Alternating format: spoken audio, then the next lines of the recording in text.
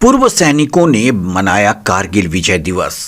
अखिल भारतीय पूर्व सैनिक सेवा परिषद बोकारो की इकाई ने आज सिटी पार्क स्थित शहीद स्मारक के समीप कारगिल विजय दिवस मनाया, जहां शहीदों को नमन करते हुए पूर्व सैनिकों ने पुष्पांजलि अर्पित की। इसके पूर्व सैनिकों ने शहर में जुलूस भी निकाली और पूर्व सैनिकों को अंग वस्त्र देकर सम्मानित भी किया।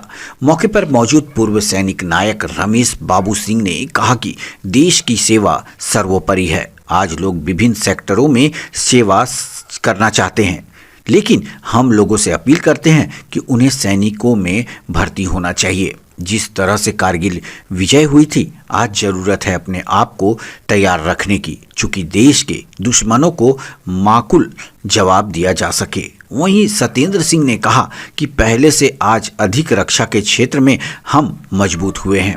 देश की रक्षा के लिए हमारे सैनिकों ने बलिदान दिया है। आज हम सैनिकों के बदौलत सुरक्षित हैं। आज हमें कारगिल विजय दिवस पर देश की रक्षा के प्रति कृत संकल्पित होकर शपथ लेने की जरूरत है, ताकि देश को एकता एवं अखंडता की रक्षा कर सके। चास बोकारो से अरविंद कुमार की देखे खास रिपोर्ट। भारत माता की जय। वंदे मातरम, वंदे मातरम, जय जय श्री राम, जय जय श्री राम।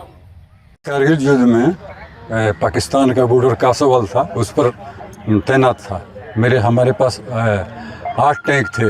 46 आर्मर्ड रेजिमेंट का मैं नायक था। तो उसमें हमने पार कर दिया था, कासोवाल ब्रिज लगा हुआ था और पाकिस्तान में एंट्री कर गए थे हम लोग।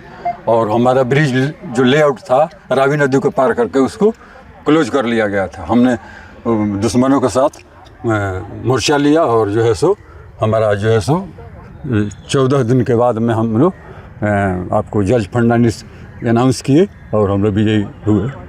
14 दिन के बाद में हम लोग 14 दिन तक लगे रहे वहाँ। कैसे चल रहा था जीवन वहाँ पर हम लोग का हम लोग को पीछे आर्टिलरी थी। ब्रिज तो था ही नहीं। नए ऑफिसर थे, लेकिन वो हौसला बुलंद था उनका भी। नए ऑफिसर तो हम लोग तो पुराने थे, लेकिन वो कंट्रोल हम लोग को कमांडर थे। वो तो थोड़ा सा ये लग रहे थे कि हम लोग को सपोर्ट में, लेकिन हम लोग को मालूम था कि आर्टिलरी जो है सो हमारे पीछे है तैनात। और बाकी तो रावी नदी थी, 8 टैंक हम लोग लेकर पार किए थे। वो तो हौसला बुलंद रखना ही पड़ेगा। 8 टैंक में कितने क्रू होते हैं।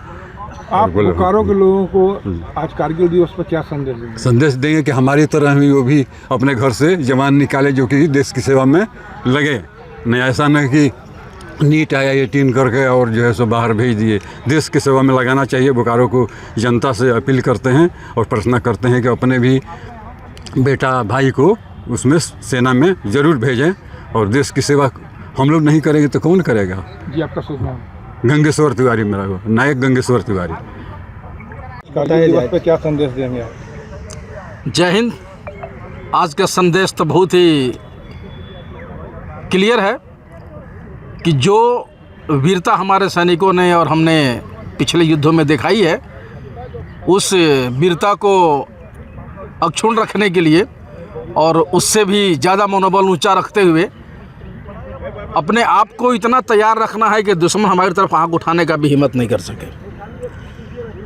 पीस काल की जो तैयारी है, वो तैयारी ही दुश्मन को हतोत्साहित कर देती है कि ये देश इतना तैयार है, इसके सैनिक इतने तैयार हैं, किसकी तरफ आँख उठाना सही नहीं है। और बोकारो की जनता स्टील सिटी है ये। यहाँ लोगों का दिल फौलाद का है। यहाँ से अगर हम लोग आज के 40 साल पहले निकले थे तो आज भी अभी भी निकल रहे हैं और निकलते रहेंगे। उन्हें शुभकामनाएं देने के अलावा और मैं क्या कर सकता हूँ। आज बोकारो का स्टील रक्षा क्षेत्र में बहुत बड़ी भूमिका निभा रहा है। जी, वही हमारे लिए भी गौरव का पल है।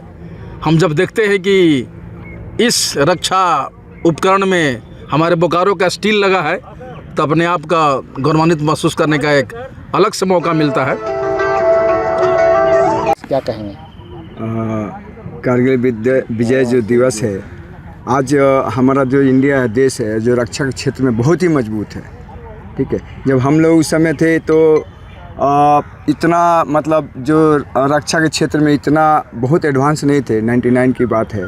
मैं उस समय संभा सेक्टर में था और हम सप्लाई में थे। आर्मी सर्विस कोर जो हमारी है जिसको हम लोग आर्मी सप्लाई कोर भी बोलते हैं। तो हमारा तो मेन काम है, आपको ट्रूप्स को ले जाना है, हर चीज़ सप्लाई करना है। और दुश्मन सबसे पहले सप्लाई पॉइंट को ही तोड़ता है।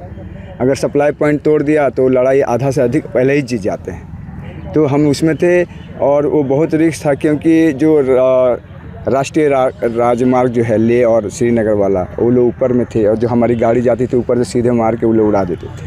तो बहुत कैजुअल्टी भी हुआ, लेकिन हम लोग बहुत वीरता से लड़े और अंतकाल में आपका 26 जुलाई को ये घोषणा हुआ कि हम लोग जीत गए लड़ाई। आज कारगिल दिवस है। हाँ। युवा पीढ़ी को क्या संदेश? युवा पीढ़ी को हम ये देखते हैं कि बहुत एक देश भावना है युवा पीढ़ी में बहुत कम है। कम से कम आप देश के लिए तो थोड़ा सोचिए। हम सिर्फ मेडिकल इंजीनियरिंग और बाकी क्षेत्रों में जाते हैं, लेकिन आप रक्षा के क्षेत्र में भी आइए, आप फौज में भी भर्ती हुई, देश की सेवा करने का आपको मौका मिलता है तो ज़रूर कीजिए, क्योंकि उससे बड़ा कोई सेवा नहीं है इस दुनिया में। मैं यही बोलना चाहता हूँ आज के युवाओं को कि आप जो अपना काबिलियत है वो आप फ़ौज में आके भी दिखा सकते हैं। चाहे और फ़ौज में एक चीज़ और है कि आपको बता दें कि स्पोर्ट्स के क्षेत्र में भी इंडियन आर्मी या जो एयरफोर्स नेवी है इसका कोई तुलना नहीं है। आप ओलंपिक मेडल देखेंगे तो सबसे ज़्यादा आर्मी एयरफोर्स डिफेंस के ही उसमें प्लेयर हैं। अब नीरज चोपड़ा की बात करते हैं, वो राजरीफ राइफल का है, राजपूताना राइफल का। तो मैं बोलता हूँ कि आपका जो काबिलियत है आपको वहाँ भी मिलेगा दिखाने। एक देश सेवा का भावना लेके आप ज़रूर आइए। ये अग्निवीर है, बोलते हैं कि ये ठीक नहीं है वो ठीक नहीं है, आपको एक मौका मिल रहा है, आप जाइए और अपना वहाँ जो सेवा है उसको। क्या नाम हुआ? मेरा नाम रमेश बाबू सिंह हुआ, नायक रमेश बाबू सिंह। मैं आर्मी में था, लेकिन मैं आर्मी में इंजीनियर विंग में था। हम लोग का काम लड़ाई से पहले और लड़ाई के बाद। लड़ाई से पहले यह है कि जो दुश्मन लैंड्समाइन लगाए हैं उनको निकालना, कहीं कैनाल है जहाँ जाने की असुविधा हो रही है वहाँ ब्रिज बनाना, रास्ता क्लियर करना और इन्फेंट्री और आर्मर बटालियन को मुख करवाना। और लड़ाई के बाद, लड़ाई ख़त्म होने के बाद भी लैंड्समाइन अपना लगाया हुआ लैंड्समाइन हो बॉर्डर इलाके में या दुश्मन के द्वारा लगाया हुआ हो, उसको निकालना। लड़ाई के पहले और लड़ाई के बाद हमारा काम रहता था। हम उस समय द्रास सेक्टर में थे, JNK में पोस्टेड थे। मेरा नाम शत्रुघ्न सिंह हुआ।